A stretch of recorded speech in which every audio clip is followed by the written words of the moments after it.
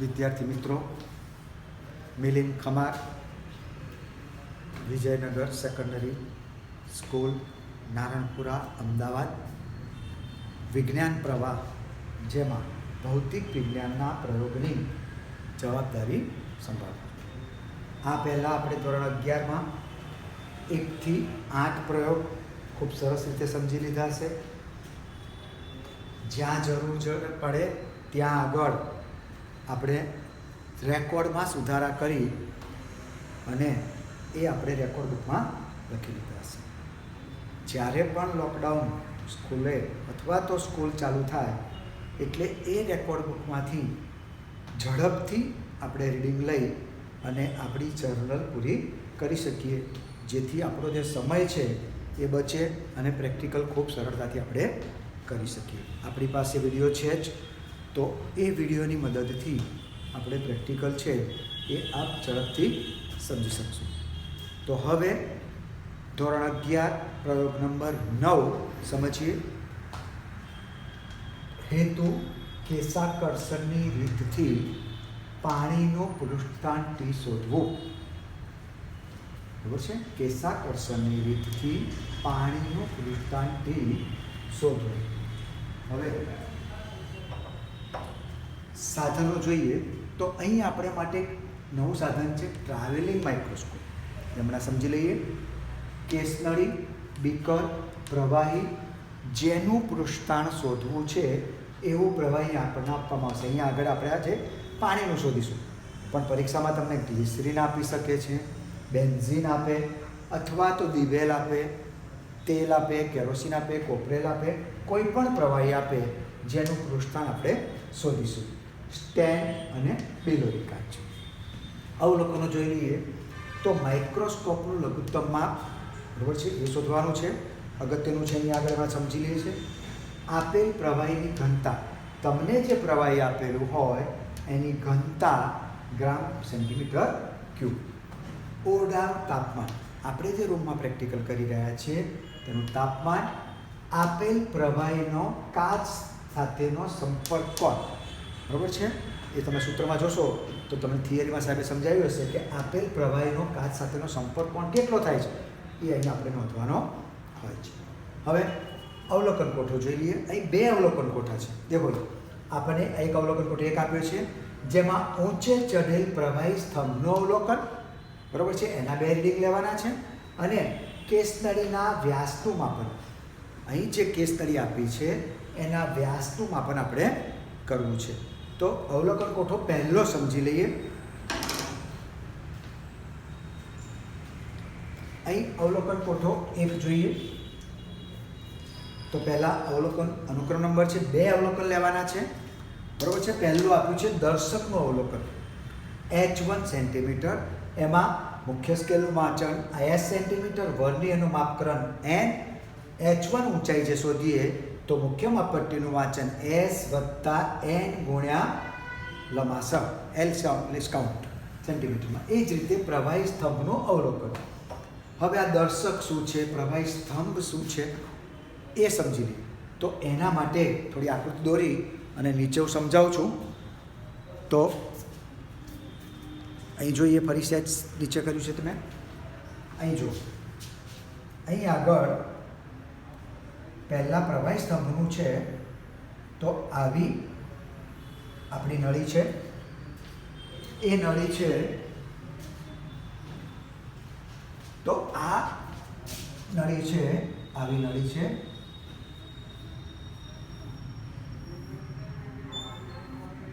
બે બાજુથી પોલી છે, બરોબર. અહીંયા આગળ આપણે કીધું છે કેસ નળી. કેસ નળી એટલે અને કસ નળી, બંનેમાં ફેર શું? તો કસ નળી જે તમે કેમિસ્ટ્રીમાં પ્રયોગમાં વાપરો છો એ આવી રીતે નીચેથી બંધ હોય, બરોબર છે. તો આ કસ નળી. પણ કેસ નળી એટલે પાતળા વે વાળી, 2 બાજુથી ખુલ્લી, અહીંથી પણ ખુલ્લી અને અહીંથી પણ ખુલ્લી. અને પાતળો વે એટલે અંદરના ભાગમાં આવી પોલી હોય, આવી રીતે. અને આ જે પોલી નળી છે, બરાબર, એમાં અંદરનો ભાગ છે એ આવો પોલો છે. અને આપણે શું કરવાનું છે? પહેલાં ઊંચે ચડે પ્રવાહી એટલે આ જે પાતળા વેવાળી નળી છે એને હું આવી રીતે પાણીમાં ડૂબાડીશ. પાણી ભરેલું મારું બીકર હોય અથવા તો જેનું આપણે પૃષ્ઠાંશ શોધવાનું છે, બરાબર છે? તો આ છે એ હું આવી રીતે પાણીમાં ડૂબાડીશ. તો શું થશે? તો આની અંદર પાણી ચડશે ઉપર આવી રીતે, અને આટલે ઊંચે આવી રીતે પાણી ઉપરના ભાગમાં ચડેલું જોવા મળશે. હવે આ જે કેસ નળી છે એની સાથે એક દર્શક જોડેલો હોય છે આવી રીતે, અને એ દર્શક છે એ આ પાણીની સપાટીને અડવો જોઈએ. બરોબર? ધ્યાનથી સમજી લઈશું કે આ જે કેસ નળી છે એની સાથે આ દર્શક જોડેલો છે, અને એ દર્શક આ પાણીની સપાટીને અડવો જોઈએ. બરોબર છે? એટલે ઊંચે ચડેલું પ્રવાહી છે. એટલે કેટલું ઊંચે ચડ્યું પ્રવાહી? તો આટલું ઊંચે ચડી દો. આ દેખાય છે આટલું?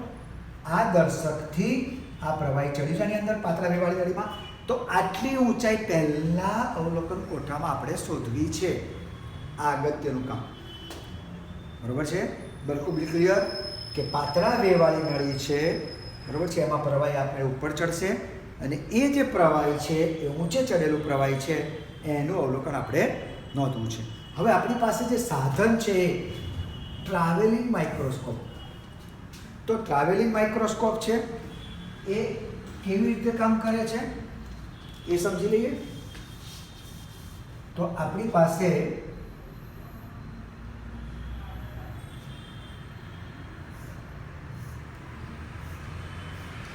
આવું ટ્રાવેલિંગ માઇક્રોસ્કોપ છે. અહીં આગળ ઉપરના ભાગમાં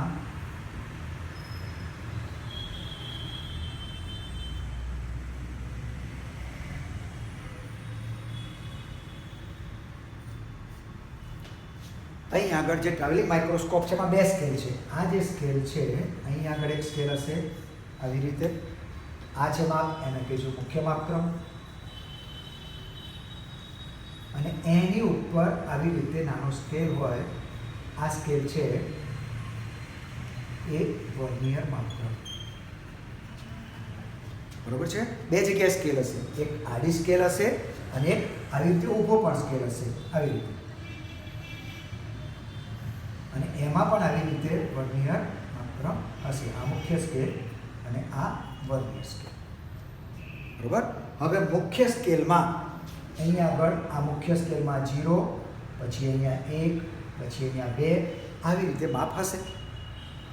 મુખ્ય સ્કેલમાં 0 થી 1 માં 20 કાપા હોય તો એક કાપાનું મૂલ્ય કેટલું થયું? તો આપણે ગણતરી કરીએ કે 20 કાપાએ 1 સેન્ટીમીટર, તો એક કાપાનું મૂલ્ય કેટલું? તો 1/20 ગુણ્યા 5 = 5/100 બરાબર 0.05. તો આને પેચ અંતર કહેવાય. બરોબર છે? મુખ્ય માપપટ્ટીમાં એક વિભાગનું મૂલ્ય 0.05 સેન્ટીમીટર, 0.05 સેન્ટીમીટર થાય. પેચ અંતર એટલે મુખ્ય માપપટ્ટીના એક વિભાગનું મૂલ્ય. આટલું ક્લિયર? બરોબર? હવે વર્નિયરના કાપા.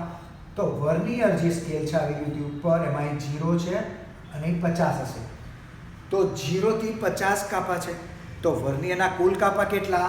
તો કે 50. તો n બરાબર 50 કાપા થાય. એટલે માઇક્રોસ્કોપનું જે લઘુત્તમ માપ શોધવાનું છે તે અહીંયા ઉપર જુઓ. આપણે ફરી પાછું તો આપણી જે લંબાઈ હતી એ શું થઈ?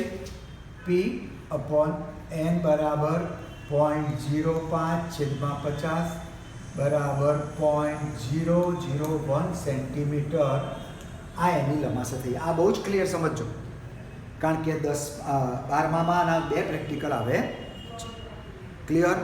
લંબાઈ L બરાબર P/n. P એટલે પેચ અંતર, પેચ અંતર એટલે એક વિભાગનું મૂલ્ય 0.05, n એટલે વર્નિયરના કુલ કાપા 50. બરોબર? ક્લિયર આટલું? હવે અહીં જે રીડિંગ લેવાનું છે એ કેવી રીતે લઈએ છીએ એ સમજીએ. તો હવે અહીં જઈએ આપણે ઊંચે ચડેલા પ્રવાહીનું જે બતાવ્યું છે એ જોઈએ છે જ. અહીં જુઓ, આ આપણી આકૃતિ છે. અહીં ટેલિસ્કોપને ગોઠવ્યું. શું કર્યું? તો પાતળા વેવાળી નળી છે એને મેં પાણીમાં ડૂબાડી, અને પાણીમાં ડૂબાડ્યા પછી જે અવલોકન ત્યાં મળે છે તે આપણે જોઈએ છીએ. તો શું થાય છે?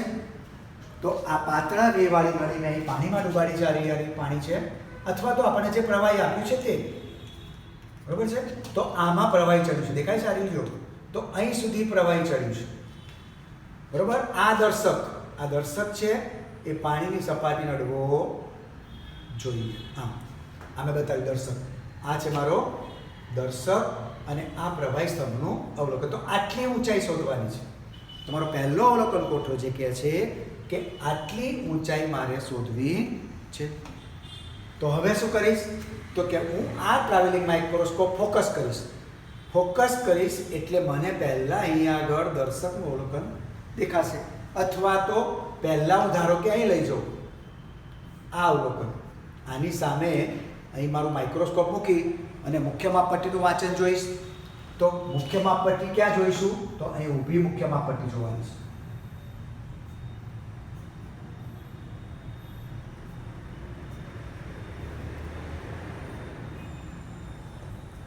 હવે જો મુખ્ય માપપટ્ટી ઊભી માપપટ્ટીમાં આ 5 છે અને 5 થી 6 ની વચ્ચે કેટલા કાપા મેં કીધું એ પ્રમાણે 20 કાપા.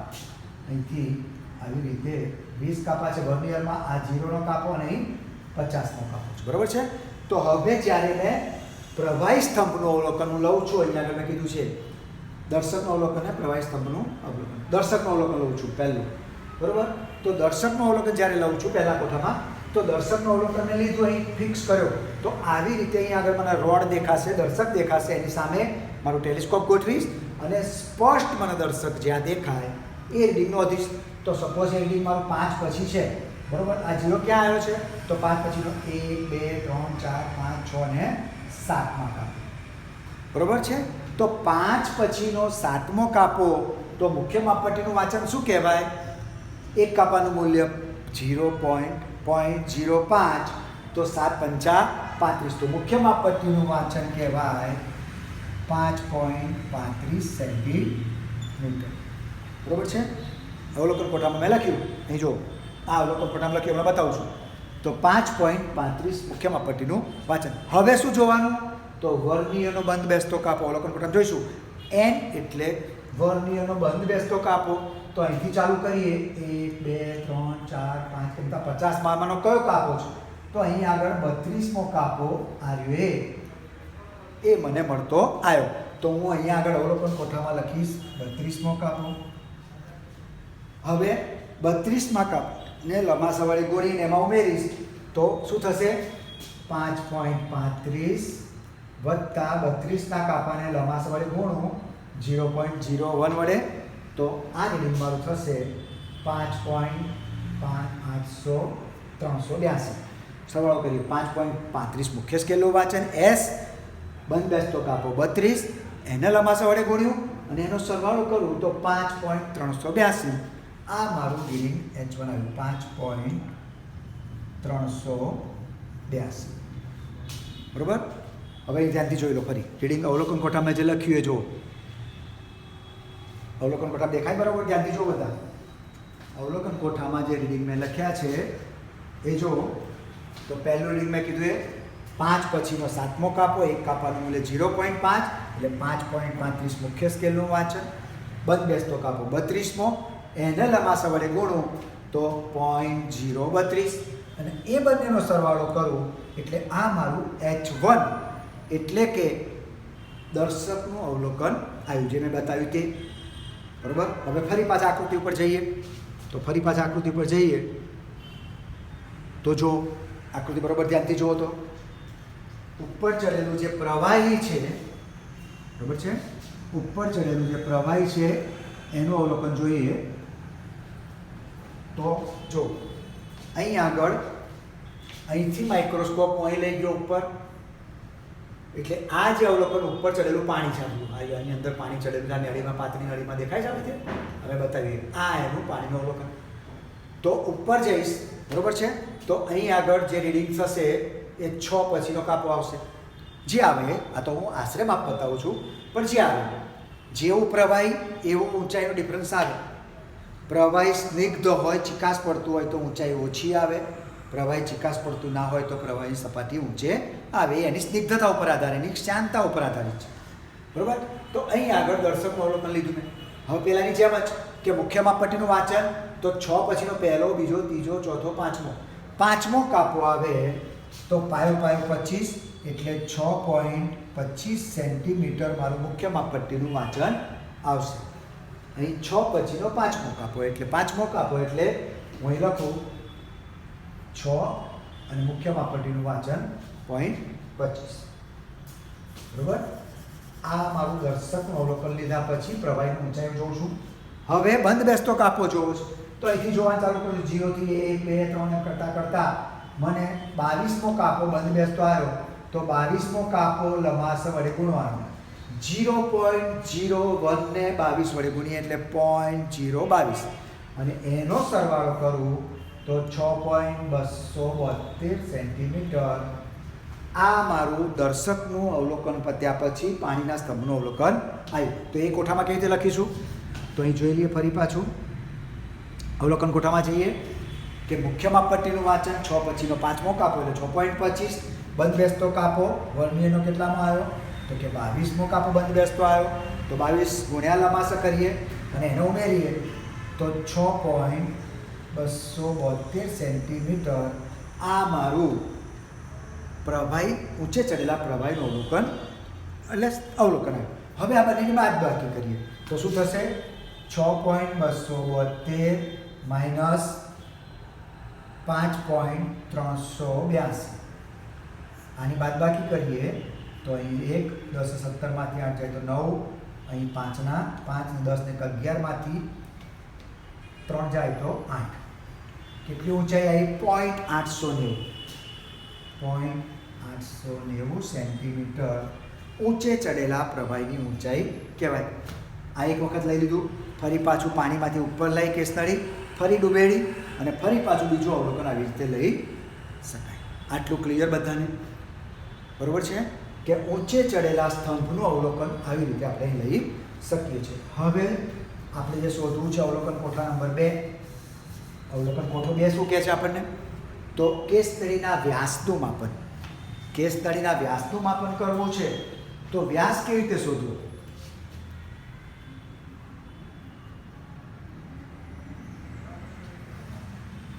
તો હવે આપણે અવલોકન કોઠા નંબર 2 ઉપર જઈએ છીએ.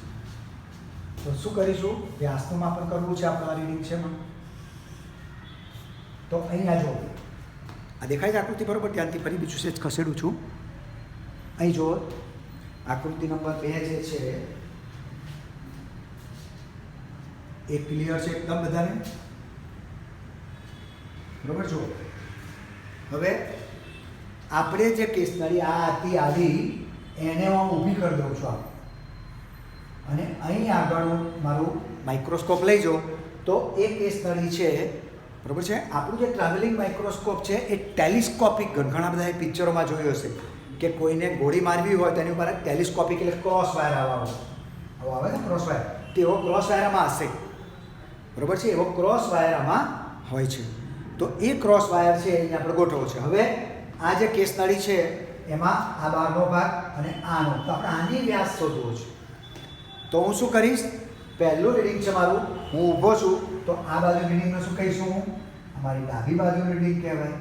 એને હું x1 કહી દઉં. અહીં આગળ ઊભો રહું તો આ મારું જમણી બાજુ છે તો હું એને x2 કહી દઉં.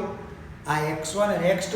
હવે શું કરીશ કે આ જે ટેલિસ્કોપ છે એને હું ફેરવી અને આ ક્રોસ વાયર છે એને હું અહીં લઈ દઈશ. બરાબર છે. તો આ ક્રોસ વાયર મેં અહીં ગોઠવ્યા પછી એનું રીડિંગ છે મારે અહીં લખવાનું છે. પેલાની જેમ જ કે ક્રોસ વાયરમાં આ x1 રીડિંગ કેટલું આવ્યું તો કે ભાઈ અહીં આગળ. હવે ક્રોસ વાયર અહીં ગોઠવ્યા પછી રીડિંગ ક્યાં જોવાનું એ સમજાવી દઉં.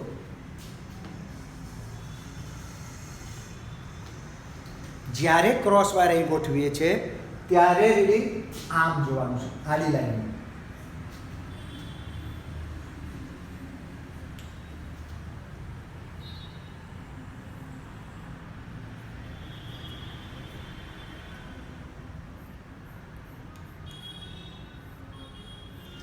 અહીં જો આ આપણો મુખ્ય સ્કેલ અને આનો વર્નિયર સ્કેલ. મુખ્ય સ્કેલ આ જો 1 થી અહીંથી એટલે 3 થી 4 એમાં 20 કાપા. બરાબર છે. એક કાપાનું મૂલ્ય 0.5 અને વર્નિયરના મૂળ કાપા આ વર્નિયર સ્કેલ. અને આ આપણો મુખ્ય માપદંડ. હવે જોઈએ છે મેં અહીંયા આગળ આપણું જે સર્કલ દેખાય છે અંદર નાનું એનો ડાબી બાજુ આવો ક્રોસ વાયર મેં ગોઠવ્યો છે અને એ વખતે રીડિંગ જોઉં છું તો આ 3 છે બરોબર. 3 પછીનો પહેલો અને આ બીજો કાપો. આ 0નો વર્નિયરનો 0નો કાપો ક્યાં છે? 3 પછીના બીજા કાપા ઉપર. તો 0.05 ગુણ્યા 2 એટલે 10. તો શું થયું? મુખ્ય માપપટ્ટીનું વાંચન 3.10 સેન્ટીમીટર અહીં કહેવાય. આટલું ક્લિયર?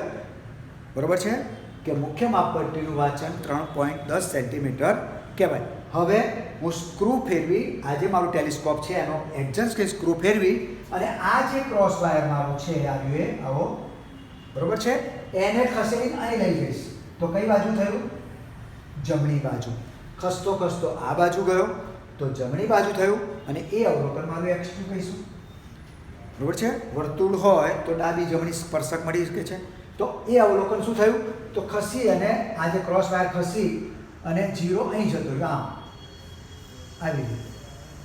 તો 3 પછીનો 1 2 3 4 5 6 7 બરોબર છે. 7મો કાપો ગતો રહ્યો. 3 પછીનો 7મો કાપો એટલે 3 7 5 35 એટલે 3.35 એનું રીડિંગ થઈ ગયું. બરોબર છે. હજુ બંધ તો કાપા તો બાકી રહ્યો આની અંદર ઉમેરવાનું છે. પહેલું રીડિંગ શું હતું? અહીંયા આગળ 3.10 બરોબર છે. હવે એનો બંધ બેસતો કાપો રહી ગયો લખવાનો. ધારો કે બસ બેસતો કાપો 14મો છે તો અહીં 0 14 ઉમેરવા પડે 3.114 એટલે અહીં લખીશું 3.114. અહીં આગળ ફેરવ્યા પછી મુખ્ય માપપટ્ટીમાં 7મો કાપો 3 પછીનો એટલે 35 અને બંધ બેસતો કાપો જોઈએ 335 અને બંધ બેસતો કાપો 28મો તો 0.28 3.378 બરોબર. ફરી ચેક કરું છું. 3.378 બરોબર. ધ્યાનથી સમજીએ કે આ x1 છેડે લીધું, મુખ્ય માપપટ્ટીનું વાંચન લીધું બરોબર છે. પછી બંધ બેસતો કાપો એને લંબાસા વડે ગુણીને આમાં ઉમેર્યું તો 3.114. પછી x2 ઉપર લઈ જઈશ. ક્રોસ વાયરને હું સ્ક્રૂને ફેરવી અને બીજી બાજુ લઈ જાઉં. x2 ડાબીથી જમણી બાજુ જવું તો નીચે અહીં આગળ ક્રોસ આપણને સ્ક્રૂ આપેલો છે એડજસ્ટમેન્ટ સ્ક્રૂ એની મદદથી ફેરવી અને પેલી બાજુ લઈ જઈશું. આની વધુ સમજણ જ્યારે તમે પ્રેક્ટિકલ ઉપર આવે ત્યારે જ ખબર પડશે, કારણ કે એટલા બધા ઝીણા કાપા છે એ જોવામાં આપણને ઘણી મુશ્કેલી પડતી હોય છે. તો આ રીતે x1 x2 લઈએ. હવે આની બાદબાકી કરો તો શું થયું?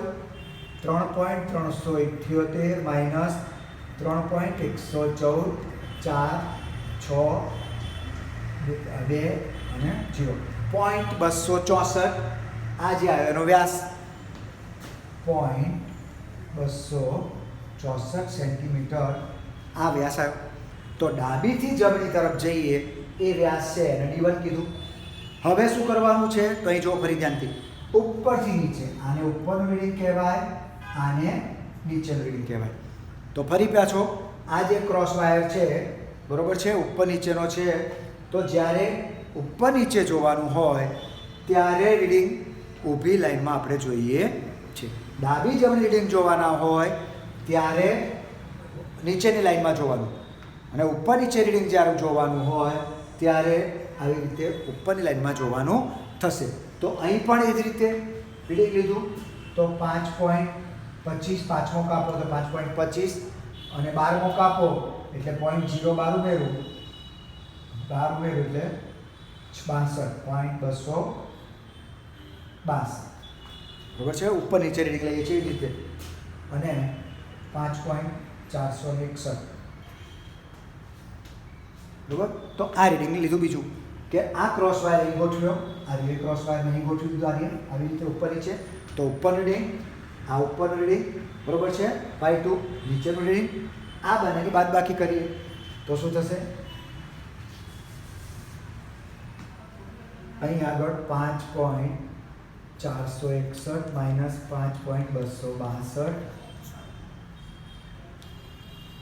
11માંથી 2 જાય તો 9 3 10 15માંથી 9 0.199 જો પહેલી ત્રિજ્યા એ 264 પોઈન્ટ અને આ બંનેનો સરવાળો કરી 2 વડે ભાગો એ એનો વ્યાસ આવ્યો, એને 2 વડે ભાગો એટલે એની ત્રિજ્યા આવી. અહીં આગળ રીડિંગ બહુ ધ્યાનથી લેવા પડે એવું છે, કારણ કે તમારા માટે સાધન ટ્રાવેલિંગ માઇક્રોસ્કોપ નવું હશે એટલે એક જ પીરિયડમાં પ્રેક્ટિકલ પતી જાય એવું નહીં બને. પાર્ટ એ પહેલાં પ્રેક્ટિકલ થશે, પછી પાર્ટ બી થશે, બરાબર છે. અહીં તમે D1 D2 શોધી કાઢે. શું થયું D1 D2નું?